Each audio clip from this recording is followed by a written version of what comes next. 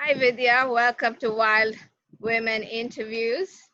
Let me introduce Thanks. my guest today. It's TNC Vidya. She's an associate professor at the Jawaharlal Nehru Center for Advanced Scientific Research, Bangalore. She studies the behavior and evolution of social animals, especially elephants. So let me start out by asking you, who is the source of your strength and support, Vidya? Hi, Janki. Thanks for having me here. Uh, I don't have one source of support and strength, but I would say my family and friends. My family has been incredibly supportive throughout, right from the time in school when I wanted to start working on animals. So, Wow, yeah, my family. that's nice. Who do you admire the most? Like, who do you look up to? Again, I don't have a single person. I look up to my parents and brother and sister, but also in terms of work, I've had many people I've admired from reading their books initially, starting with Gerald Durrell and Salim Ali to Jane Goodall and Darwin. And there are a lot of people. Which leads me then to ask you, what book are you reading now? So it turns out I'm reading two different things. So I went back to reading the Corfu trilogy of Gerald Durrell after decades because I bought it for my nieces and I have it with me. I haven't sent it yet. And I'm also reading Pranay Lal's Indica. Mhm. Yeah. Okay. We've long thought that Asian elephants behave like their African cousins, but your work is now beginning to show that that may not be the case. Like, for instance, we see these wildlife documentaries of these great big herds of African elephants walking along the savannah, and when you two groups meet, they recognize each other. There seem to be various levels of organization, like families. Then they have their whole, larger family or kinship, and then they have these clans. So what happens with Asian elephants? First of all, we don't see them in these great numbers, right? Yeah. We don't see groups in groups that are of large sizes. But in occasional places like the Kabini backwaters, we do, or in the case of Mineria in Sri Lanka, we do have large congregations. But in those cases, they are not really all one clan congregating together. There are multiple clans which come out and use that space. So the social structure is quite different. We find a more fluid fission fusion society where we don't have very clear family groups that associate a large proportion of the time with one another. We don't see clear bond groups, for instance. Uh, so the group sizes are smaller, the associations are uh, fewer, but I'm sure they do maintain associations amongst themselves, they do communicate and so on, but not very overtly the way we see it in the African savannah. You mentioned fission fusion. What do you mean by that? So, in the case of some social species, including humans, we don't have group sizes that are fixed. So, in many other species, in many species of primates, for instance, if you had a troop with, say, 10 adult females, those 10 adult females would be part of that same troop through their lives. And you would see that entire troop together. There are primates which also show fission fusion societies. In the case of elephants, if we had a clan, then all the members of the clan are not seen together at every point in time. So you can have individuals from the clan that fission off and form a group. Two such groups may fuse back together and form a larger group. They may associate with each other in different combinations. So again, in humans, we have, for instance, people may live in a nuclear family, they may live in a joint family. You may go out and meet with others and form a larger grouping, and then you may come back. So humans again show a fission fusion society. So are you saying that elephants will then recognize each other even though they have been separated for a few months? They recognize individuals? They do recognize individuals. There have been dramatic cases of elephants that were housed together in zoos that were taken apart and recognize each other after a year or years. So we do know they can recognize each other.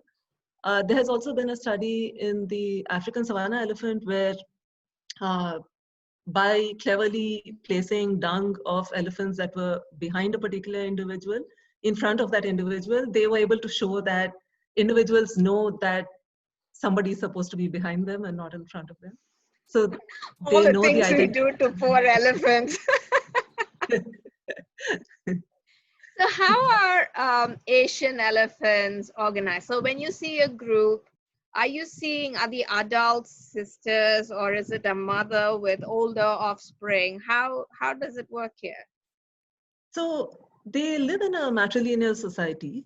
The females remain in the clan into which they were born, and males disperse from the clan when they're about 10 years old or so.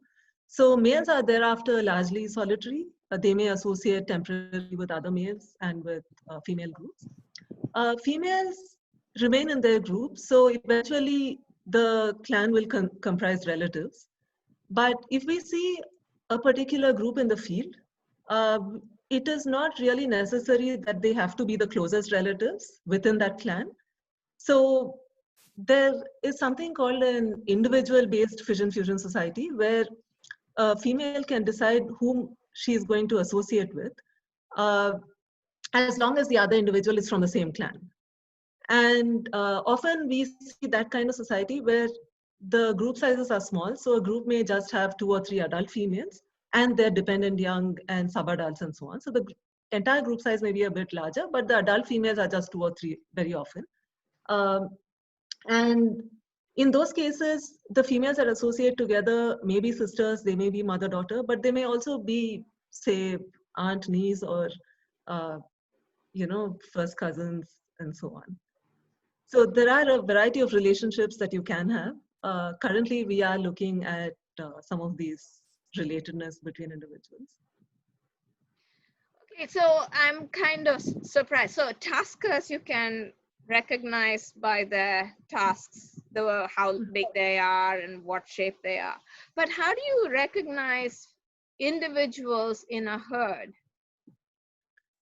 It's like recognizing people after a while, but initially we start off by looking at the ears. One can look at the shape of the ear. You can look for nicks, tears, and holes in the ear. You can look at vein patterns. We can also look at tail characteristics, the length of the tail, the hairbrush on the tail. So using a lot of these different characteristics, we identify individuals. And I've been lucky to have students who have been really good at this. Oh, good. So then how do you know who is related to who? You said there could be aunt, niece. So how do you make that? How do you know they are related like that? So we collect dung samples from identified individuals on observed defecation. So basically, these are fresh samples, and we store them in ethanol. We bring them back to our lab. And so because there's a lot of endothelial cells, the cells from the inside of the intestines on the surface of the dung, we can extract DNA from these cells, and we can then use different molecular markers to look at relatedness, just the way one would do it for humans. Yeah. Why not put a, like I was thinking, to recognize individuals, it's such a subtle art, it seems, to look for nicks and tears and folds and things like that. Mm-hmm. What if you dab paint on them? Is that not done?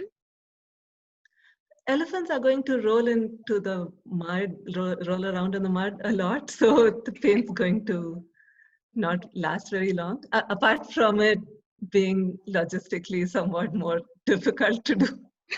I would. Sure. So the other question I wanted to ask you is about the role of the matriarch. So there's this big Mhm, thing about, again, with African elephants, about this grand old female who leads her family for decades, who has this incredible memory of that mhm, area, of knowing where the water holes are, even though they may not have visited it in decades. mhm, So do we, if the group size is much smaller among mhm, Asian elephants, do we mhm. still have a female who plays that role? We haven't seen such a dramatic role of a matriarch. So the matriarch would be defined as the oldest female in the clan. And we have not really seen the oldest female in the clan necessarily taking uh, such decisions or leading the group on a day-to-day basis. So, of course, if the group size is smaller, then the matriarch is only going to be part of one group. There are going to be other groups from the clan which don't have the oldest female. Uh, I think on a day-to-day basis, because of the environment being more predictable, probably the elephants here don't really need that kind of leadership role, and it's possible that the decision making is more centralized. But then I would think that if there were events that occur once in a very long duration, then the oldest female would probably have important information that others could make use of. But we don't really know anything much about uh, these old females making such decisions in the Asian elephant, because usually when we see groups, we don't find that kind of a leadership role for the oldest female. So how do they then decide where to go, when to go, what to do? We don't really know how they decide.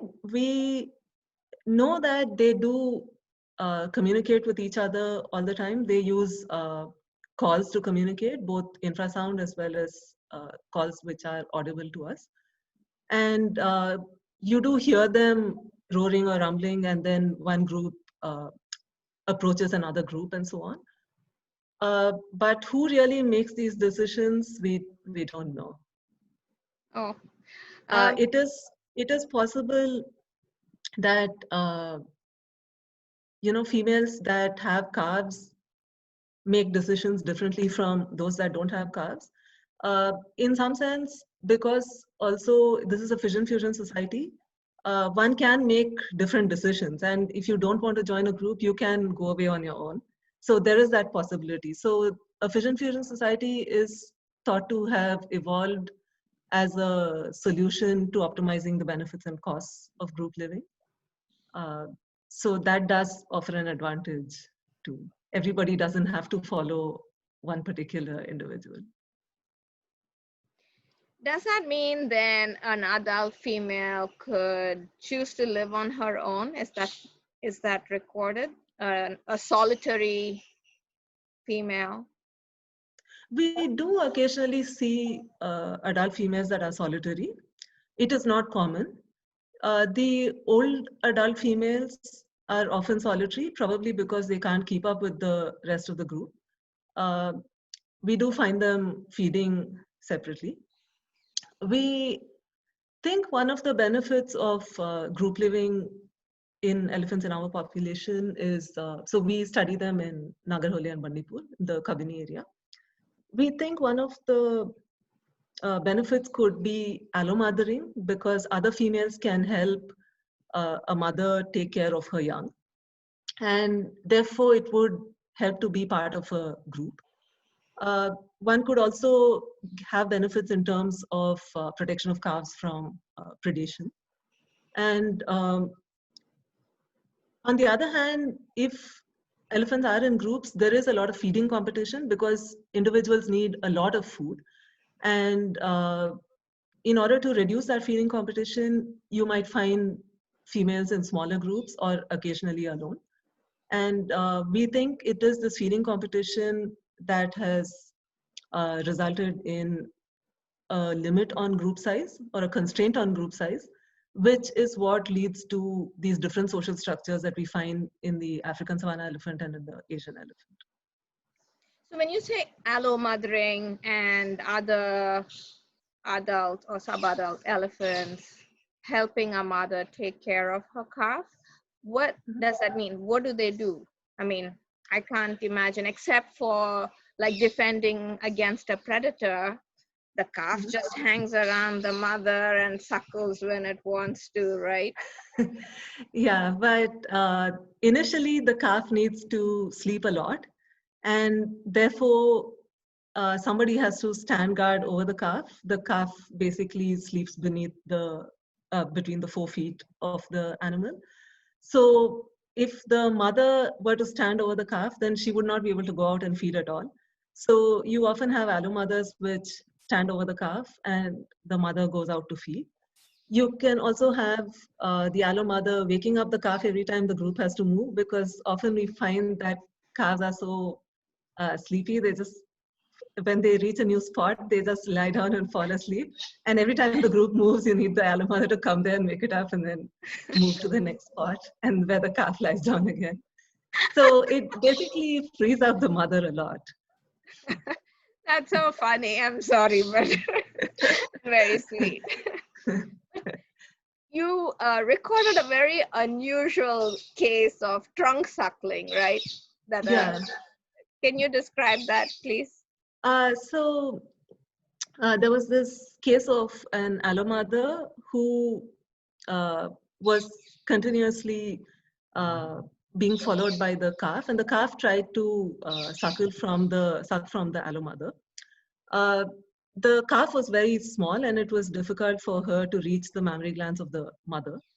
And this allo mother seemed initially irritated, and she would keep, trying to ward off the calf's attempts to suck from her. But later, she offered her trunk tip, and the calf happily started sucking on the trunk tip. And this appears to be some sort of comfort sucking, because we know that elephants put their trunk tips into each other's mouths when they want to calm each other down or when they're trying to sense what's going on. And once she gave her trunk tip to the calf to suck on, the calf seemed to prefer that, and it kept going for the trunk tip. So it seemed a way for this allo mother to, provide the calf with an alternative, and I mean, everybody seemed happy at the end of it. It's like a gigantic pacifier. Yeah. So you said that she couldn't reach her mother's mammary glands, so how did the calf feed?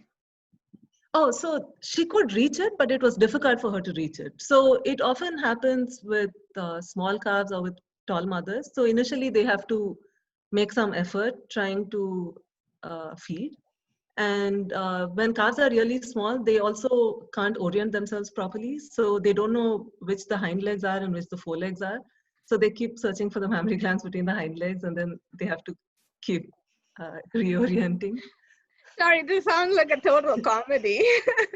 Oh, calves are a delight to watch. So let's move. I want to talk about bulls as well. So you mentioned that they split from their maternal herd at the age of about 10 or so, and they are sexually mature then. It's fascinating for me that they are sexually mature, but they are not ready to reproduce yet, and they have to be socially mature to do that. So would you explain that? Why is that so different with elephants? Okay, they are not really sexually mature when they are 10 years old, but yeah, from about 15 or so, they can reproduce. They slowly start coming into must, which is a rut-like condition in which they have this temporal gland secretion and high testosterone levels. But there is a dominance hierarchy amongst the males. So even though the younger individuals may be capable of reproducing, they really have to wait. They can't mate with females until they're a bit older. We do see though that there are occasional sneak matings by younger males. So you do find males of about 15 to 20 years occasionally getting to mate with a female, but usually it would be the older males which are at least above 30 years old.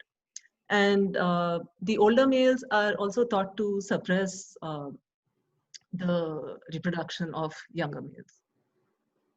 So that's what's stopping them from mating, not the Probably. females so much as the older bulls. Oh, the females also. So the older females do not prefer to mate with younger males. So occasionally when these younger males mate, they end up mating with the younger females. Right. Okay. Yeah.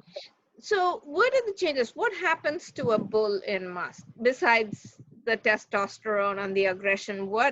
How does it change them personality wise or physiologically?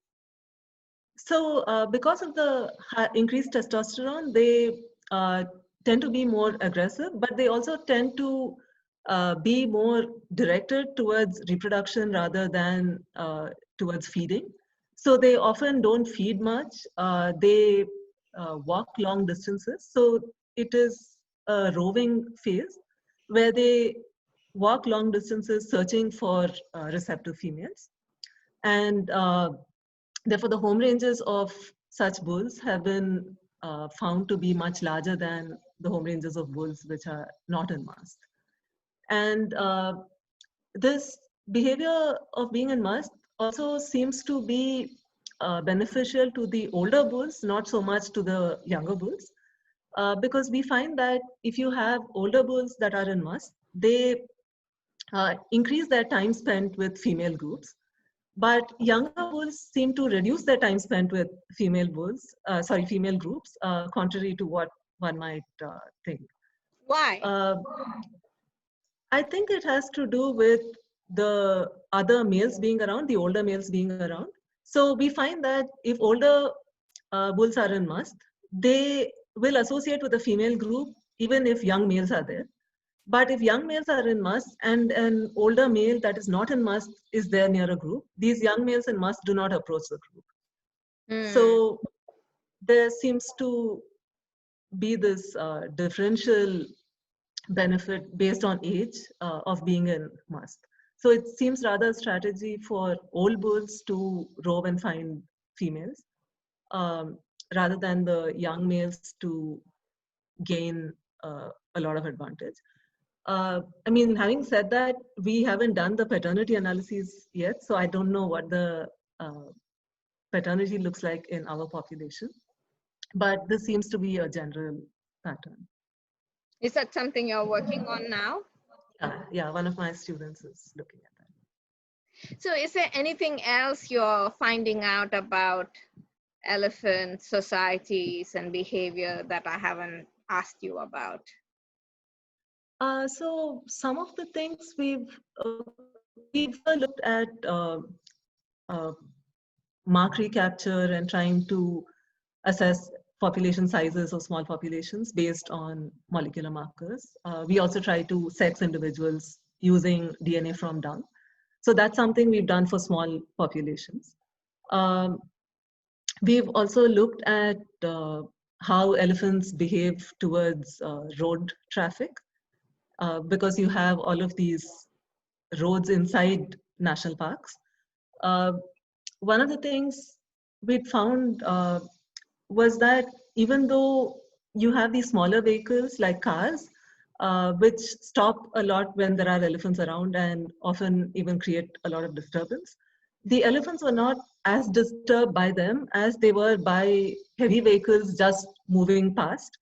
So it tells you how disturbed they can be by that loud noise and what the consequences would be if we open up all these roads or build roads within national parks and so on.